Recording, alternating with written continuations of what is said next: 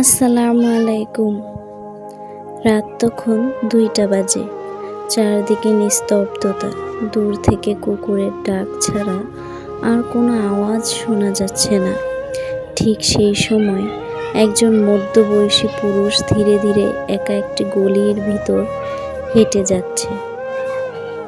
তার হাতে ছিল ছোট একটি ব্যাগ, কিন্তু প্রশ্ন হলো, সে এত রাতে কোথায় যাচ্ছে? তার গন্তব্যস্থল ছিল এমন একটি ঘরে যেখানে থাকতো একটি বিধবা নারী, তার একটি সন্তানকে নিয়ে। লোকটির নাম ছিল রহমান। তার ছোট একটি ব্যবসা ছিল। একদিন বাড়িতে যাওয়ার সময় রাস্তার পাশে বসে থাকা এক বৃদ্ধা মহিলাকে জিজ্ঞেস করলো, আপনি এখানে বসে সাহায্য চাইছেন কেন? আপনার কেউ নেই? মহিলা বলল, বাবা, আমার জন্য নয়, আমার ছেলে মারা গেছে ৬ মাস। ছেলের বউ ও একটা নাতনি আছে, তাদের জন্য চাইছি। বৃদ্ধ মহিলার পাশে বসা ছোট মেয়েটার চোখ দিয়ে পানি পড়ছিল। বৃদ্ধ বলল, আমার বউ নাতনি একা থাকে, কয়েকদিন ধরে তাদের ঘরে খাবার নেই। রহমান বলল, তাদের ঠিকানা দিন আমাকে। বুড়ো মহিলাটি বলল, বাবা, তারা কারো কাছে হাত পাততে চায় না। মেয়েটা খুবই আত্মসম্মানী। রহমান চুপ করে রইল, কিছুই বলল না। আর যেতে যেতে মনে মনে অনেক কিছু ভাবল। বিধবা নারীর নাম ছিল সালমা। তার স্বামী বেঁচে থাকতেও খুব বেশি সচ্ছল ছিল না, কোনো রকম দিন কাটছিল। কিন্তু একজন মানুষ ছিল যার উপর ভরসা করা যেত। স্বামী মারা যাওয়ার পর সেই ভরসাটুকু হারিয়ে ফেলে। সালমা কখনো কারো কাছে সাহায্য চাইতেন না। তার মেয়েকে বলতো, মা, আমাদের অভাব থাকতে পারে, কিন্তু আমরা কারো কাছে আমাদের সম্মান বিক্রি করব না, আমাদের আত্মসম্মান আছে। কিন্তু হঠাৎ একদিন মেয়েটি খুব অসুস্থ হয়ে পড়ে। প্রচণ্ড জ্বর হলো। ডাক্তার বলল, নিয়মিত ঔষধ খাওয়াতে হবে। তখন সালমার হাতে মাত্র কয়েকশো টাকা আছে। সেটা দিয়ে ওষুধ কিনবে নাকি ঘরের খাবারই কিনবে? সালমা কিছুই বুঝতে পারছিল না। তখন সালমা শুধু দুটি হাত তুলে আল্লাহর কাছে বলল, মাবুদ, আমি তো একেবারে অসহায় হয়ে গেছি। আমার তো কারো কাছে হাত পাততে চাই না। তুমি আমাকে একা ছেড়ে দিও না, আমাকে সাহায্য করো। আমার মেয়ের জন্য যদি তুমি কাউকে পাঠাও, তাহলে তাকে রহমতের মাধ্যম হিসেবে পাঠাও। এই বলে সালমা সিজদায় পড়ে কাঁদছে। সালমা তো তখনও জানতো না যে তার কান্না শুনে আল্লাহ কিভাবে রহমতের দরজা খুলে দিবে। পরদিন সকালে তার দরজার সামনে একটি বড় ব্যাগ পাওয়া গেল। সে দেখল তার ঘরের সামনে কে যেন একটি ব্যাগ রেখে গেছে, এবং তাতে ছিল চাল, ডাল, ঘরের জিনিসপত্র, ঔষধ এবং ২,০০০ টাকা। ব্যাগের ভিতরে একটি চিঠিও পাওয়া গেল। সেখানে লেখা ছিল, এটা আপনার জন্য নয়, এটা আপনার রবের পক্ষ থেকে। আমাকে তো শুধু মাধ্যম বানানো হয়েছে। সালমা অবাক হয়ে গেল, চারদিকে তাকালো, কাউকে দেখতে পেল না। সালমার চোখে পানি চলে এলো। সে বুঝতে পারল না কে এই সাহায্য করেছে, কিন্তু সাহায্য সেখানেই শেষ হয়নি। প্রতি সপ্তাহে কোনো না কোনো উপায়ে তার দরজায় তার প্রয়োজনীয় জিনিস আল্লাহ এনে পৌঁছে দিত। কখনো ঘরের প্রয়োজনীয় জিনিসপত্র, কখনো খাবার, কখনো কিছু টাকা পয়সা।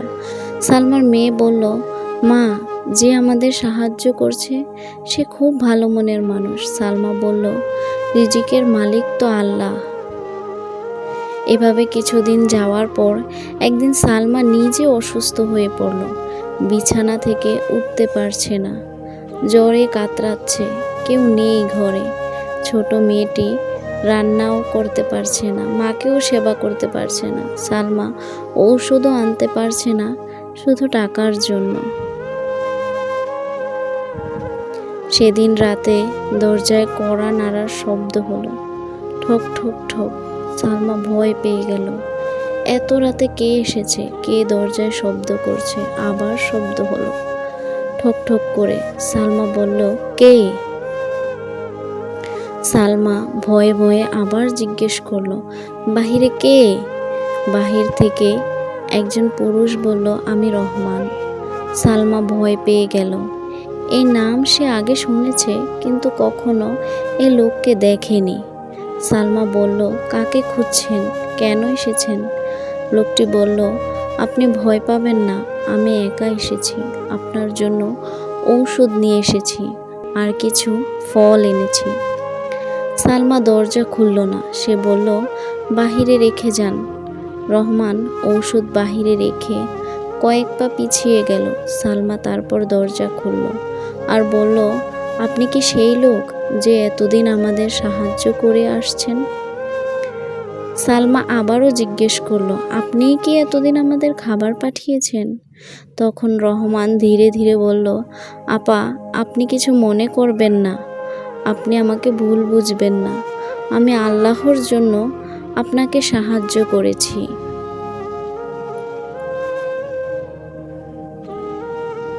সালমা বলল, কেন? আপনার কি উদ্দেশ্য? আপনি আমাকে চিনেন না, আমি আপনাকে চিনি না। কোন উদ্দেশ্যে আপনি এগুলো করছেন? তখন রহমান কাঁদো কাঁদো কণ্ঠে বলল, আমার মা একজন বিধবা নারী ছিলেন। কিছুক্ষণের জন্য সময়টা যেন নিস্তব্ধ হয়ে গেল। রহমান বলল, আমার মা আমাকে নিয়ে অনেক কষ্ট করেছেন। আমি ছোট ছিলাম, তিনি অনেক রাত না খেয়ে ঘুমিয়েছেন, মানুষের বাড়িতে কাজ করেছেন। অনেক মানুষ সাহায্যের কথা বলে অসহায়ত্বের সুযোগ নিতে চেয়েছে। সেই দিনগুলোর কথা আমি কোনো দিনও ভুলব না।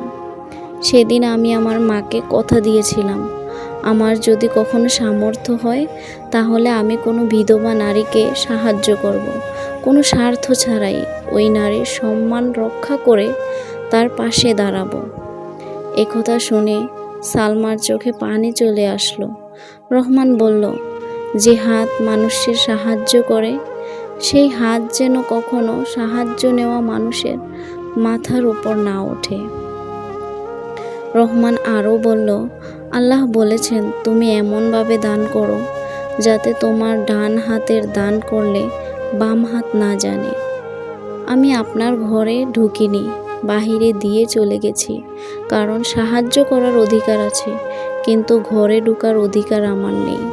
তখন সালমা বলল, আসলে অভাব মানুষকে দুর্বল করে না, মানুষের খারাপ আচরণ মানুষকে দুর্বল করে। এই ঘটনা থেকে আমরা কি শিক্ষা নিতে পারি? আসলে আমরা মনে করি দান মানে শুধু টাকা দেওয়া, কিন্তু না, কারো সম্মান রক্ষা করাও দান, কখনো কারো কষ্টের কথা মন দিয়ে শোনাও দান, কখনো কোনো অসহায় মানুষের পাশে দাঁড়ানোও দান।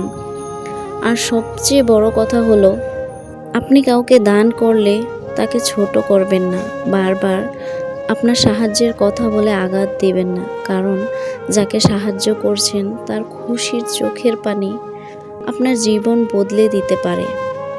আজকের মতো ভিডিওটি শেষ করছি। সবাই ভালো থাকবেন। আমার ভিডিওটি ভালো লাগলে একটা লাইক দিবেন এবং বন্ধুদের সাথে শেয়ার করবেন। আমার চ্যানেলটি সাবস্ক্রাইব করবেন। আগামী ভিডিও দেখার প্রত্যাশা জানিয়ে আজকের মতো শেষ করছি। সবাইকে আল্লাহ হাফেজ।